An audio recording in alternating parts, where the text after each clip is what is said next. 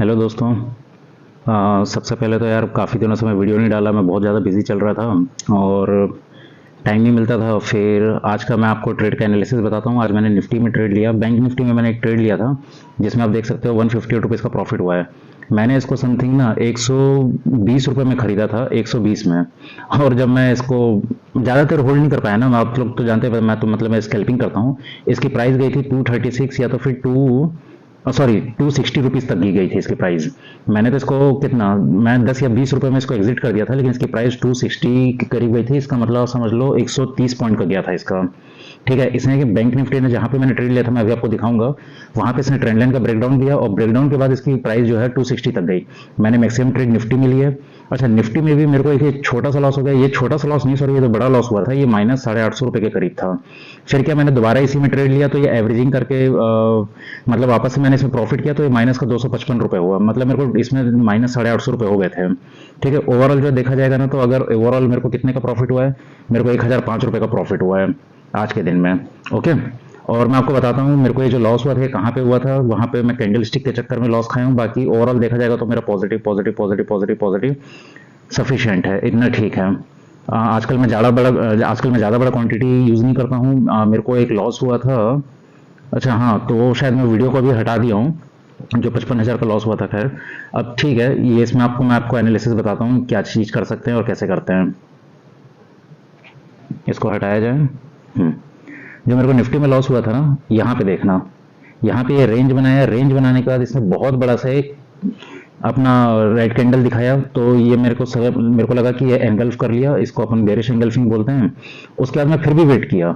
उसके बाद जब ये फिर एक छोटा सा शूटिंग स्टार दिखाया ना, और ये मेरे ट्रेंड लाइन के पास बना था शूटिंग स्टार, इसलिए मैंने क्या काम किया, मैंने पुट ले लिया। अब जैसे पुट लिया ये यहाँ, अच्छा हाँ, उसके बाद भी क्या हुआ कि ये हल्का सा वेट किया और ये ऐसे नीचे जाने लगा, तो मैं फिर यहाँ पे पुट ले लिया।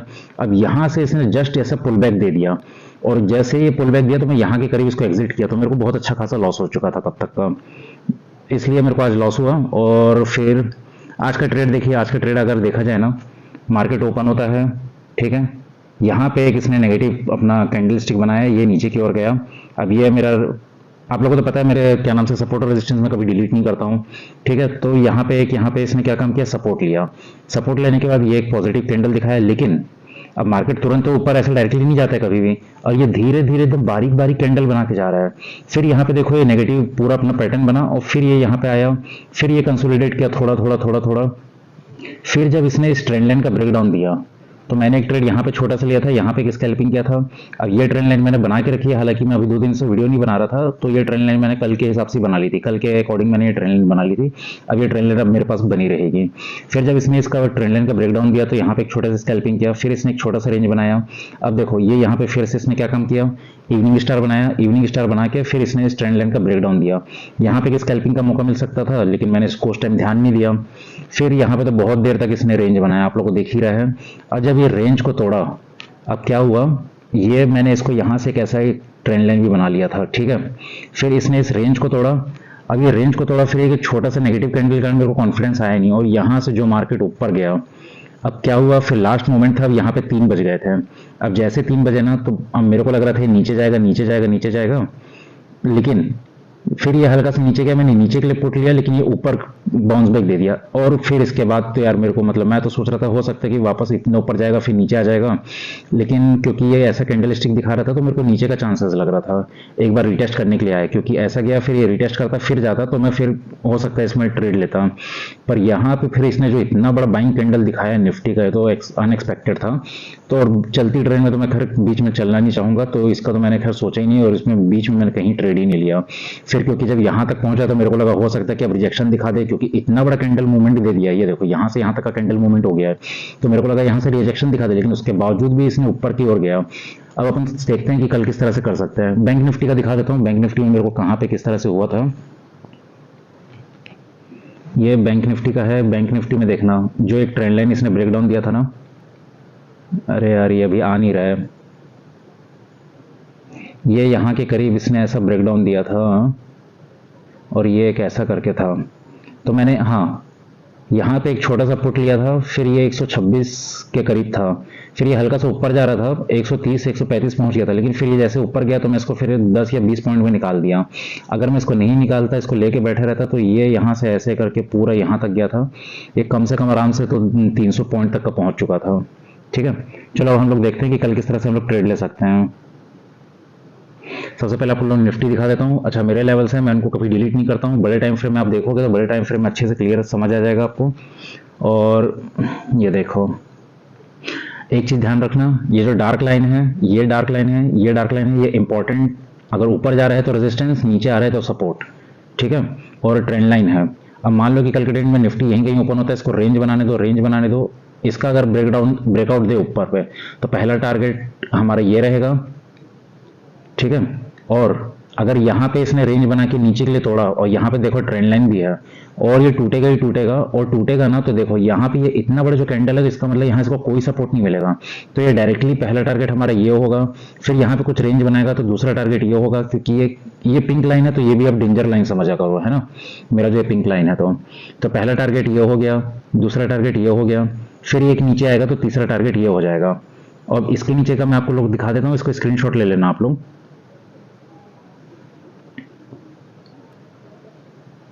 ये अब इसको मैं और टाइम फ्रेम बढ़ा देता हूं ताकि और अच्छे से कैंडल समझ आए। ठीक है, यहाँ पे ऐसा गया तो पहला टारगेट अपना ये वाला हो गया, फिर यहाँ पे कुछ रेंज बनाए तो दूसरा टारगेट ये हो गया, फिर यहाँ कुछ रेंज बनाए, ये पिंक लाइन है इसलिए समझ लेना, इसको थोड़ा टाइम लगेगा। जब तक ये प्रॉपर ब्रेकआउट ना दे तब तक ट्रेड मत लेना। प्रॉपर एक बुलिश कैंडल ऊपर पे क्लोज होनी चाहिए, फिर ये ऊपर पे जाता है तो हमारा अगला टारगेट ये होगा। इसके ऊपर कहाँ पे है ये देख लो। ठीक है, फिर अगला टारगेट हमारा ये होगा। ये कौन सा लेवल आ जाता है अपना, यहाँ पे देख लेना, ये 19,880 का। ओके, और नीचे पे अगर टारगेट आप लोग को देखना है तो नीचे के टारगेट्स ये रहे।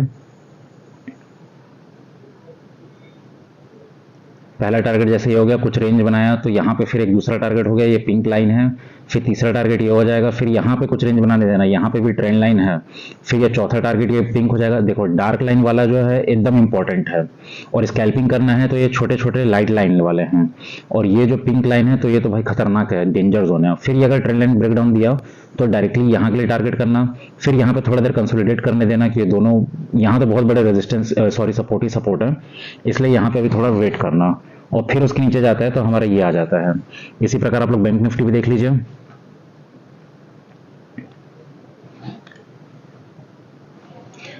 मैं ज़्यादातर निफ्टी में ट्रेड करता हूँ ना, इसलिए निफ्टी का एकदम चार्ट में आप लोगों को क्लियर दिख रहा है। बैंक निफ्टी को बहुत ही कम ट्रेड करता हूँ मैं, तो इसलिए इसमें, लेकिन सपोर्ट और रेजिस्टेंस मेरे सब जगह मार्क रहते हैं और सब जगह बहुत अच्छे से फॉलो करते हैं। इसको आप 15 मिनट के टाइम फ्रेम में देखो।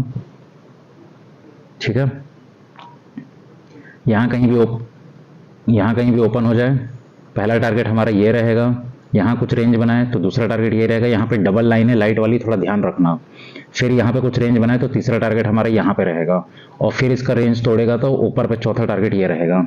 उसी प्रकार अगर ये रेंज बना रहा है, नीचे आता है तो पहला टारगेट हमारा यहाँ पे आ जाएगा। अच्छा, ये भी एक डबल लाइन है, इसका भी ध्यान रखना, ये भी सपोर्ट का काम कर सकता है। और फिर एक ये टारगेट हो गया हमारा, ये पिंक लाइन।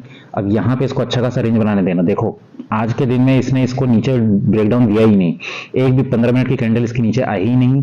इसका मतलब क्या है कि ये हमारे स्ट्रॉन्ग सपोर्ट है, लेकिन कल के दिन में अगर सस्टेन करके तोड़ता है तो हमारा एक टारगेट ये हो जाएगा, और इसके नीचे अगर तोड़ता है तो एक टारगेट ये हो जाएगा रेंज बना के। ओके, उसी प्रकार मान लो कि यहाँ कहीं ओपन हो रहा है तो इसको रेंज बनाने देना, रेंज बनाएगा जो भी होगा तो ये ऊपर की ओर जाएगा। अगर ऊपर के लिए गया तो फिर यहाँ से इसने रेंज बनाया, फिर ये ऊपर के लिए ओर जाएगा, और अगर ये नीचे गया तो फिर यहाँ पे टारगेट है और ये एक टारगेट है। तो मैं आप लोग को अपना तो सपोर्ट और रेजिस्टेंस और टारगेट दिखा रहा हूँ, इसको आप लोग अच्छे से मार्क कर लीजिए, इसका स्क्रीनशॉट ले लीजिए। बाकी चाहे ऊपर हो या नीचे हो, आप लोग को ये सपोर्ट रेजिस्टेंस देखना है और उसके अकॉर्डिंग ट्रेड लेना है। उसके बाद एक चीज का ध्यान रखना, अगर नीचे है और फिर एक वन गो में जाता है तो इसको एक बाउंस बैक करने देना, फिर ऐसे जाता है तो ज्यादा अच्छा रहता है ये चीज। और अगर रेंज बना के तोड़ता है तो फिर बैठे रहना। ओके, तो आप लोग इसका स्क्रीनशॉट ले लो। 1 आवर के टाइम फ्रेम में इसका स्क्रीनशॉट ले लो, ज्यादा अच्छे से दिखाई देगा। 1 2 3 निफ्टी का भी देख लो। निफ्टी का तो खैर आप लोग को बहुत कचरा मिलेगा यार, लेकिन डार्क लाइन को समझ जाना, ट्रेंड लाइन को समझ जाना क्या क्या इंपॉर्टेंट है। ओके, मैंने ये पिंक लाइन देखो यहाँ के कारण बनाई है, यहाँ से देखो, एक तो ये इसके नीचे जाने नहीं दिया और ये इसके ऊपर नहीं गया था उस समय, इसलिए ये पिंक लाइन बनी हुई है। इसको तो आप लोग छोटे टाइम फ्रेम में ही देखो यार।